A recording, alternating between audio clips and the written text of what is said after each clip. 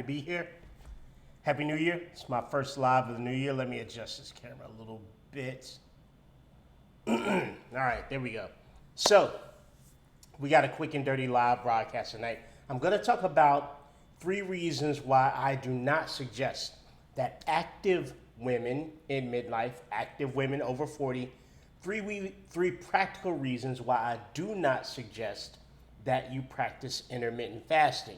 Again, this is for active midlife women. When I say midlife, you're probably somewhere on the spectrum of menopause, right? From perimenopause to menopause, technically a day, to postmenopause. So I'm going to give you 3 practical reasons why I advised against intermittent fasting for this population. And I'm not even going to get into the research of intermittent fasting. These are going to be very practical reasons why I advise against it. I've got Facebook and a bunch of other streaming networks over here on my camera. I'm going to be primarily focused over here with you, Instagram, because I know you can come back and watch the replay here. I'll look off to my camera every once in a while. But before we get into this topic, really quickly, I've got to pay the bills because I'm currently enrolling my 12-week or 15-week for menopausal clients, my 12 or 15-week signature program called Women's Liberation Movement, online program for fitness and exercise. I'm enrolling from now until Sunday, which I believe is the 29th. So if you're a woman over 30 and you want to get off the diet roller coaster, if you're a woman over 40 and you're starting to notice significant changes in your energy, your body composition, etc., DM me the word live, L-I-V-E. We'll have a short conversation. We'll see if my programs might be a good fit for you. Let's get into the information. Facebook, shall we? Instagram, let's. So, when we talk about intermittent fasting, we're talking about a set of slightly different protocols for the purposes of not feeding the body.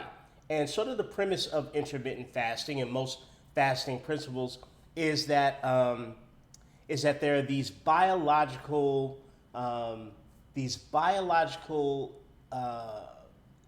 benefits to not eating so long throughout the course of a given day, but also having certain windows where the body is fasting in order to rest the digestive system. That's kind of what it's all about.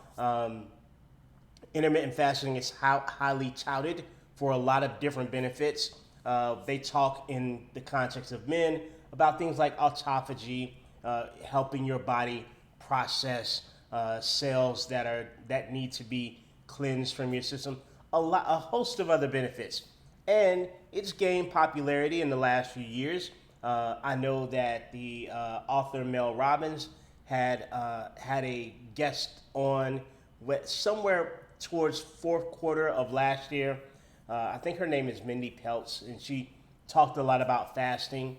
Most intermittent fasting protocols are paired with books about the subject.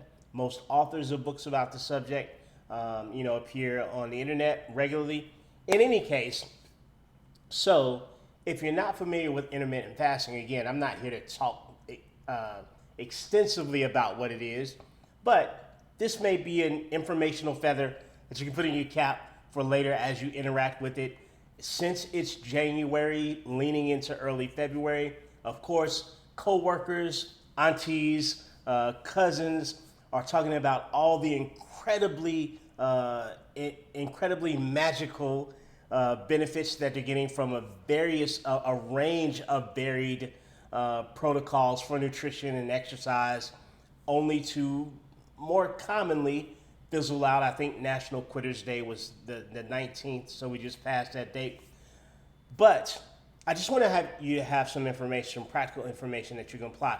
If you don't know who I am, if this is first your time hearing me talk live, my name is Ren. That's not as important as what I do. I'm a certified personal trainer, a certified nutrition coach through Precision Nutrition, certified corrective exercise specialist, a certified women's coaching specialist, certified online trainer, and I have 3 different certifications in coaching women through the menopause spectrum. One via Dr. Stacy Sims, Menopause 2.0, one certification via MedFit, and one certification via Girls Gone Strong. When I say that, I always have to give a shout out to Molly a good friend of mine, and she allowed me to participate in that certification for Girls Gone Strong for their menopause course for trainers. So you may see a video of yours truly somewhere in that course doing a little acting. So let's get to it. So reason number one, why I do not advise intermittent fasting for active midlife women. Practical reason number one, and that is protein, right? So what we understand about the midlife transition for women is that in the perimenopausal phase, this is the stage of menopause where things initially begin to fluctuate. We see fluctuations in menstrual cycle for women who are not on an oral contraceptive, which can mask some of the information that we would normally get from menstrual cycle. But generally we see that the early stage of perimenopause, we see fluctuations of days, week or so in the menstrual cycle, which is one of the key indicators that we look at in terms of the symptom score to determine perimenopause. There's no test for perimenopause, as much as the people at Clear Blue would like to sell you an in-home test for perimenopause. There's no such thing, so we look at symptoms. Similar to the way that there's no test for determining if your daughter's in puberty, right? You look at the symptoms. There's symptoms that we look at. Hormones fluctuate too much in perimenopause. Any that's not a snapshot. You got a window this big if you do a blood test in perimenopause, and the results could be wildly different an hour from the time that you do the test. In any case, so what we see in that phase is fluctuations of 7 days or so in menstrual cycle, lighter, heavier. What we see in the back half of perimenopause is usually fluctuations of months, right? 2-3 months concurrent, absence of a menstrual cycle, absence of a bleed. So when we're working through that phase, perimenopause to menopause, which is technically a day, to postmenopause, which is every day after that, menopause being the 12th month of not having a menstrual cycle. When we're working through that phase, we know that in the early stages of the menopause spectrum, the perimenopause stage, it's when the most rapid and significant changes will occur. One of those rapid and significant changes is that it becomes increasingly difficult for the body to maintain muscle mass. As a matter of fact, the greatest portion of muscle loss for most women who are already active actually is going to be in the perimenopausal phase. The other thing that we see because of the fluctuating estrogen and progesterone in the perimenopausal phase is that it becomes increasingly difficult to absorb protein from the food that you eat from your protein sources, whether it be plant-based protein, vegans, or whether it be animal-based protein, omnivores and carnivores. We see that there's a significant challenge in the body absorbing the protein that you eat and actually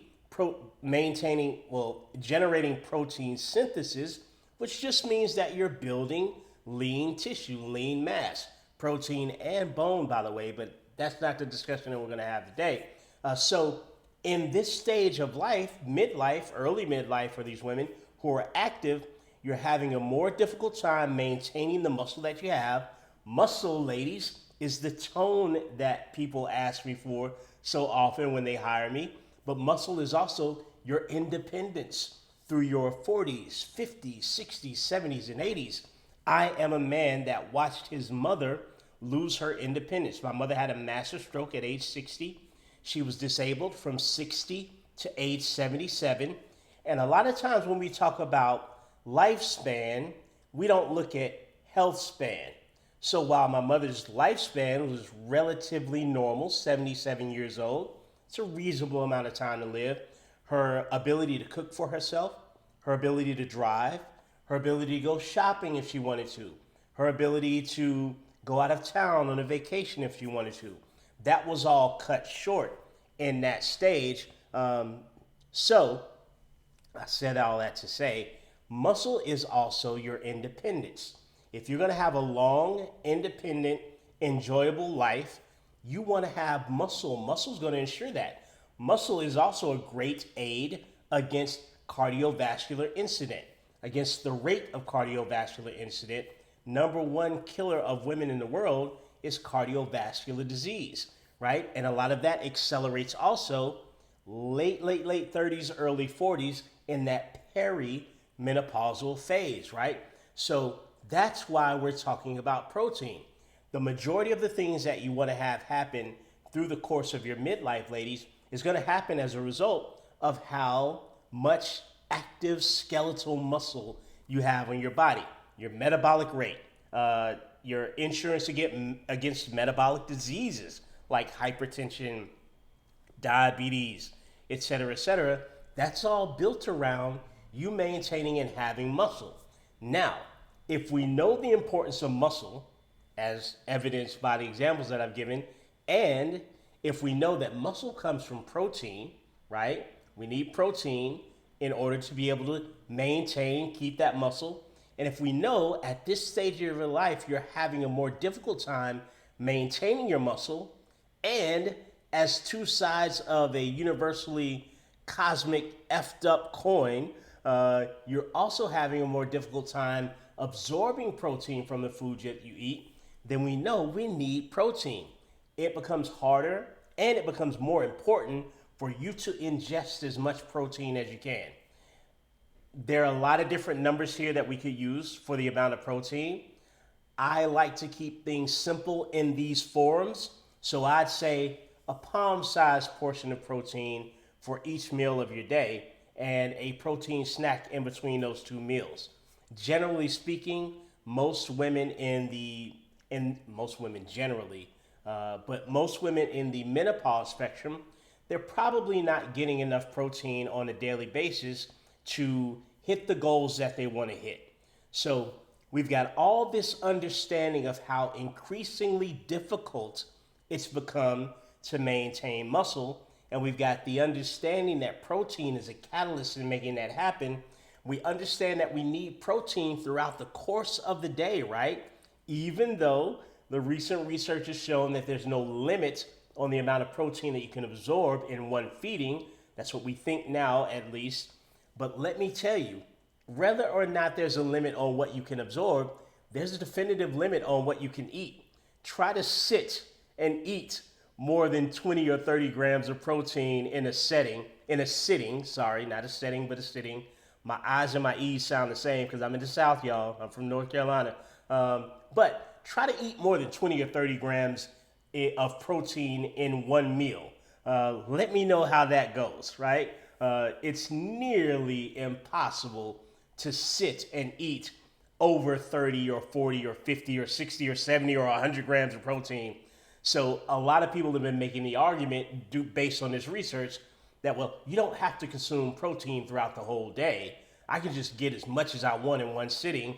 Yeah, but how much until your stomach explodes? This is why I like to operate in practicality instead of operating in arguing research points. Again, that's why I'm not arguing research points about fasting, because you just learned that you need protein throughout the course of the day. If you're going to maintain a certain amount of body composition, if you're trying to reduce overall body fat, if you're trying to maintain overall muscle on your body, you just realize I need protein throughout the course of the day. It's super important for me at this stage of my life with this hormonal profile to maintain the level of health.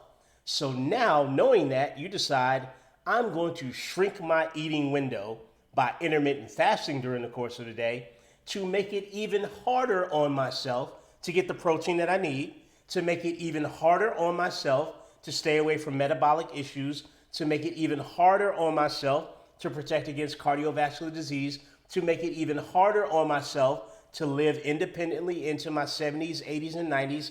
I'm going to make everything much harder by trying to get all the protein that I need in accordance with what my biological indicators are telling me, in accordance with what this new hormonal profile is begging me to do. I'm going to make it as hard as possible. I'm going to shrink my eating window down to a short window in the course of a day and try to stuff myself with protein in the course of that eating window. And that's reason number one why practically I don't advise active women in midlife, active women training, and running and lifting weights and doing things and dancing and taking vacation. I do not advise active women in midlife to intermittent fast. Reason number two, energy. Energy input and energy output. This time in your life, ladies, may not be a great time to think about calories in, calories out necessarily, maintaining a calorie deficit. But that doesn't mean it's not a great time to focus on the exchange of energy, right? Your energy balance. Because oftentimes in this stage of life, for active women who have maintained a certain amount of health, a certain body type, a certain body composition between fat and muscle in their body, oftentimes what happens is if they start to see themselves gain a little bit more body fat, they will pull old habits from the 20s and early 30s into this time of life. And one of those old habits is calorie restriction, right? We hear so much about calories in versus calories out. We hear so much about being in a calorie deficit, right? We see so many of our esteemed professionals in the fitness realm say things like, I'm eating under my calorie amount and I'm still gaining weight. And then they'll put a dash client who's lying, right? There's a lot of energy and a lot of exchange of commentary about if somebody says that they're eating less calories than what they should and they're gaining weight, they're lying, or they're not counting something, or they're not counting the little licks and bites and tastes. I get that energy. I understand calories in, calories out. I understand energy balance. Things get a little bit more complex as you move into the spectrum of perimenopause or post because of withdrawing or at least fluctuating early on, fluctuating estrogen, estradiol specifically. Because of that fact, your body's not quite as resilient to stress because of the fact that estrogen helps to manage insulin sensitivity, right? It helps to manage your insulin. You may find yourselves in areas where you're leaning into a pre-diabetic state because of the lack of sleep. You may find that your hunger and satiety signaling is thrown off. There are a host of things that estrogen affects in a woman's body. You've got estrogen receptors in pretty much every major system in your body, ladies. And that means when a tissue has a receptor for a specific hormone, it means that that hormone is important to that tissue in that place in the body. And you've got them all through your body, right? So it's illogical to think that estrogen withdrawals and you have estrogen through your digestive, your gastrointestinal system. You have estrogen throughout your circulatory system. It would be silly to think that you would lose that estrogen over time, naturally, and it not affect how your body processes things. And in this case, what often happens is you want to move more, eat less. You ever heard that term on the internet? And with your new hormonal profile, it's not quite as simple as that.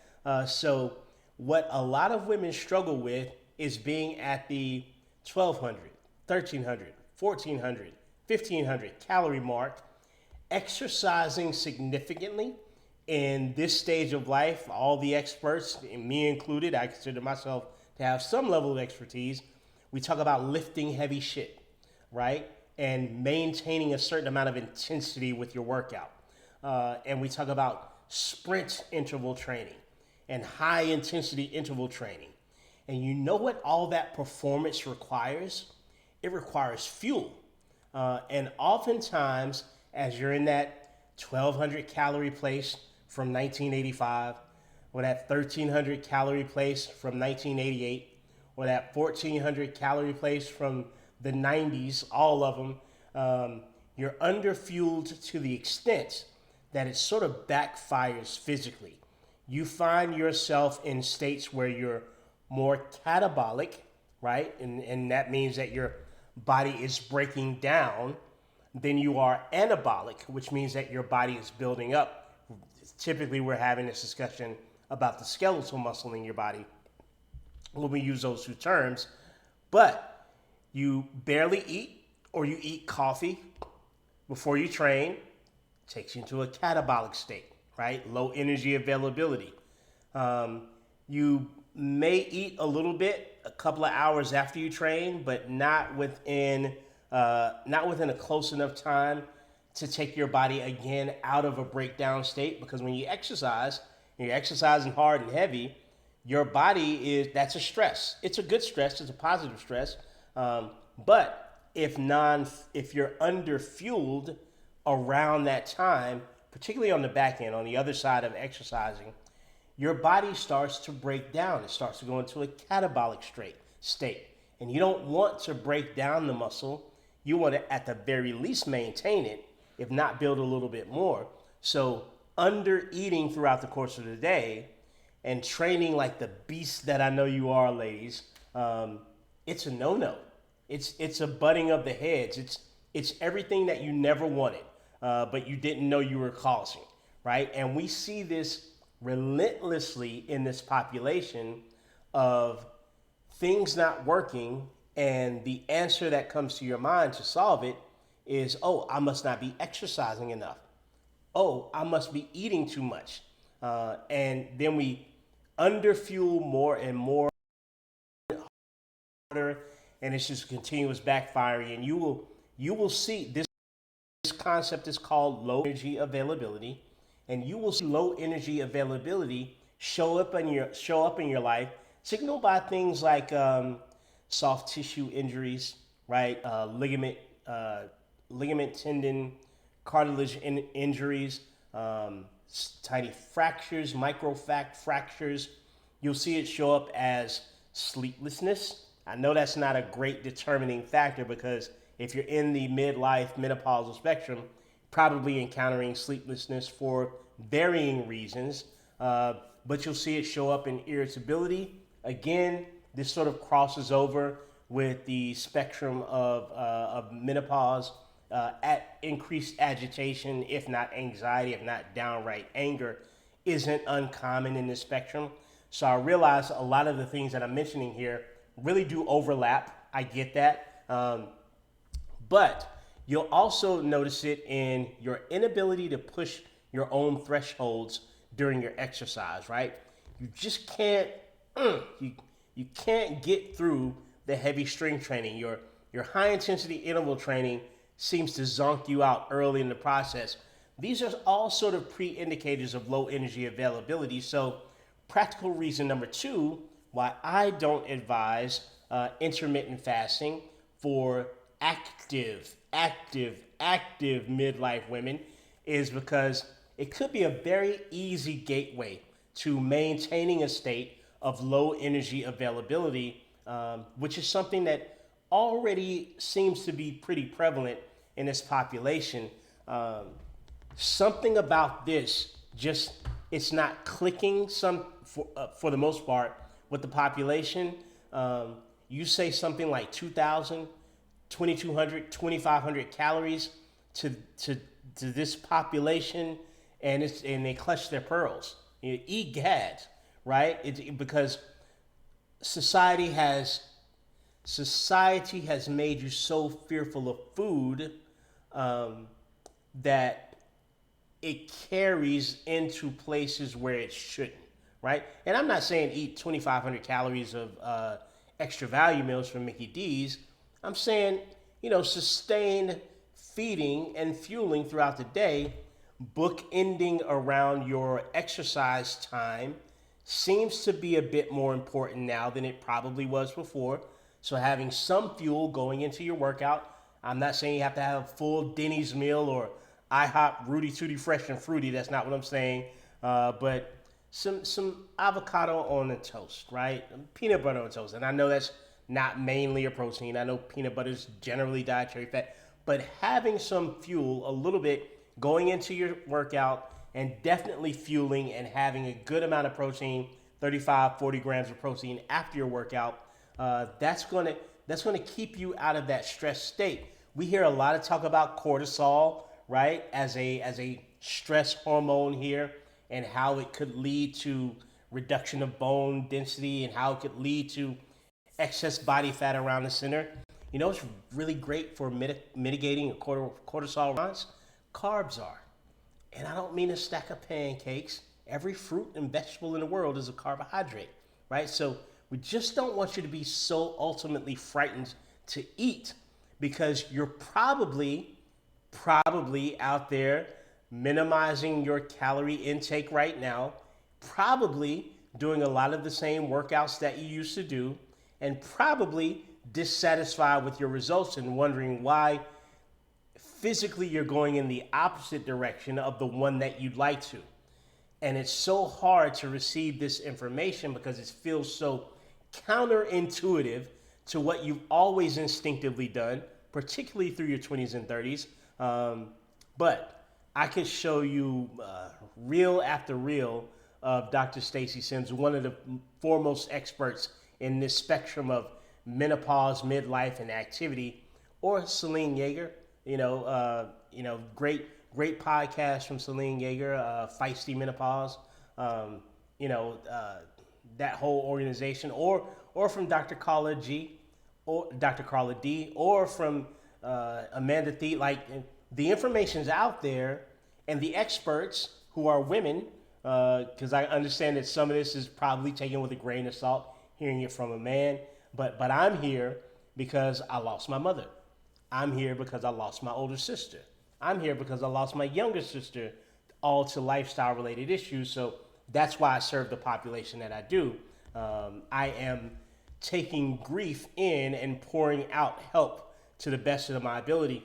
But there's such a challenge with getting women in this midlife spectrum to fuel effectively, to fuel properly, because there's such a concern that if you eat anything over 12, 13, 1400 calories, your body is going to gain so much weight that you'll be out of control.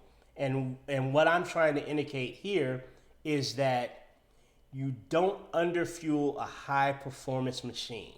Ladies, you all are athletes. If you're training on purpose multiple times a week for the purposes of increasing your strength, your speed, your stamina, your lifestyle, whatever it is, you're an athlete. You've got to fuel as such. And so many athletic, active women are underfueled all the time. That's the practical reason number 2 why I don't love intermittent fasting for active midlife women. It's usually the antithesis of what's going to produce the type of results you want. And quite frankly, try it. Try being fueled. If you don't like it, you can go right back to being underfueled, and you can stick with the same results that you keep getting, the same frustrating, head banging against the wall results, the same confusing results. Fundamentally, if you're going to be active, you need to be fueled for the activity. Low energy availability is an easy concept to Google and look up. There are plenty of non-scholarly articles about it. You don't have to learn how to read through the research and all that stuff. There's plenty of information, plenty dynamic women athletes, dynamic women exercise physiologists, dynamic women nutritionists and nutrition coaches that are intersected with being also athletes. And you can just Google it and just consume information about it, and then consume a sandwich, right? It's okay. So that's practical reason number 2. Practical reason number 3, why I don't suggest intermittent fasting for active midlife women, and this follows along the first 2 things that I've said here, is I believe if you're going to close down a feeding window, why not just close it down when nature intended it to be closed anyway, right? That's when you're asleep, right? You already have the opportunity for fasting while you're asleep. So I heard Dr. Stacy Sims talk about this on a podcast or a reel or something. I don't know if I read it or heard it, but what she was talking about, and I heard Doc Les, I think her name's Alyssa, but she's here on the internet on Facebook. But I heard them both speak about this, and it's the fact that intermittent fasting may be problematic. First, for the two reasons that I've already stated. Number one, you're probably going to be underfueled going to the exercise. Low energy availability is a thing. And number two, you're probably going to not ingest as much protein as you need around your exercise times. But the third reason why it may be problematic is because it doesn't have to happen in the course of the day when you actually need energy for things. Now, there's an energy requirement for sleeping, sure, but it's nothing like the energy requirement during your waking hours. So if you had the choice of when you're not fueled, you could choose choice A, when you got to go to work and raise the kids and snatch somebody up because they said something disrespectful, and work out and maintain your energy on your job and do a speech and pick the kids up. You could underfuel then, right? Or you could underfuel while you're laying in a lump of human flesh, not doing anything but drooling on your own shirts, right?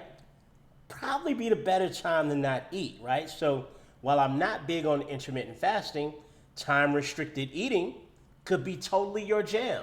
You want to close down the feeding window? I'm all for it. After you eat your dinner at 6 or 7, maybe 8, maybe you decide there's no more eating for the rest of the evening, right? You haven't starved yourself in the day. See, here's where it gets problematic. When you try to run off coffee for 6 hours, of course you're going to be hungry when you eat dinner. When you underfuel all day long, of course you're going to want to snack right after you eat dinner. Sis, you hungry, right? You didn't eat today. You did all the things with no food. You've been running on Dunkin' all day. And America does not run on Dunkin', contrary to what their ad says. So you've eaten all day and you're properly fueled. You can eat your dinner at 6 or 7 and be good for an hour or 2 hours and then go to sleep. So let's say hypothetically you did that. You ate your last meal at 6 o'clock in the evening. You sit down to do whatever you want to do. You decide that you're going to go to bed at 9 o'clock, right? The latest. So now you've had the 7 o'clock to 8 o'clock hour and the 8 o'clock to 9 o'clock hour.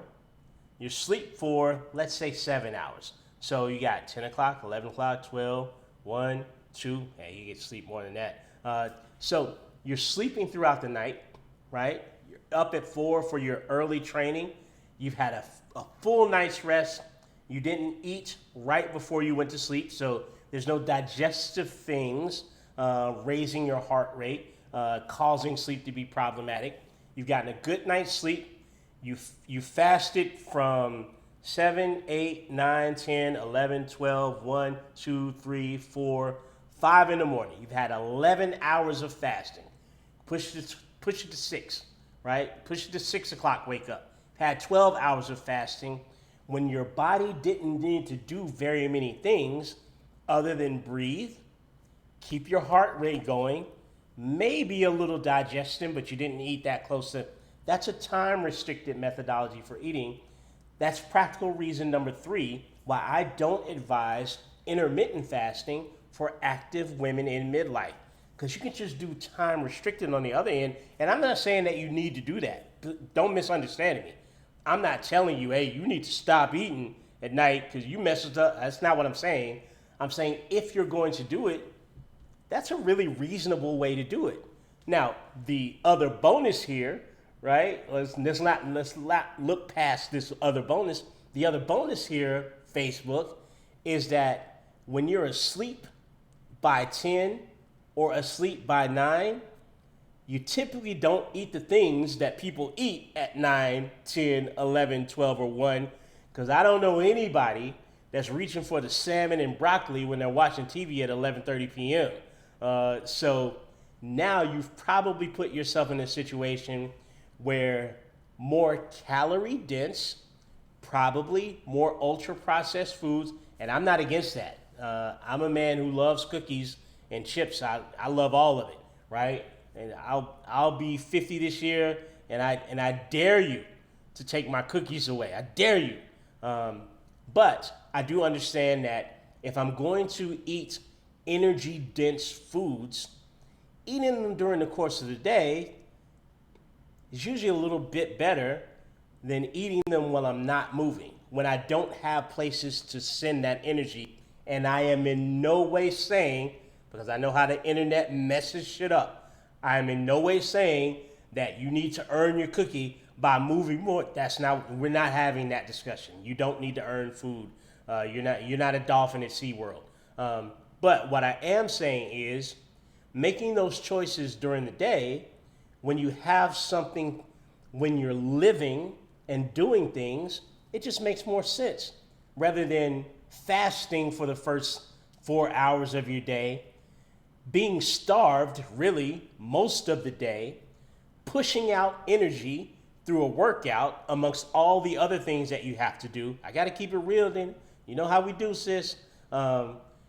Pushing all that energy out through the day, and then at night you binge because you starved all day. Make it make sense. That math is not mathing, right? It's just not. So there you have it. My 3 practical reasons why I do not advise intermittent fasting for midlife active women, right? Because most studies that you read about fasting in women will be on obese, or let me rephrase that. A lot of the studies that you'll see people like me talking about that really support intermittent fasting for women will be based on studies done on, in a lot of cases, significantly overweight women who are also sedentary. Active women in midlife need fuel for the activity that they're involved in, right? So let's be practical and logical about it. Let's keep it simple. That's the quick and dirty live session. Before I get out of here, one more time, I gotta pay my own bills by telling you that I'm currently enrolling 5 women over 30 who want to exit the diet roller coaster, who want to build a healthier relationship with not only their bodies, but with food, and who want to do that in the absence of calorie counting, macronutrient counting. Nothing wrong with those methodologies. As T'Challa said in the Avengers, we don't do that here. I just don't do it. It's typically not practical for the population that I serve. But if that's something that you need in your life, I'll be enrolling 5 women between now and Sunday, or when all the spots are gone.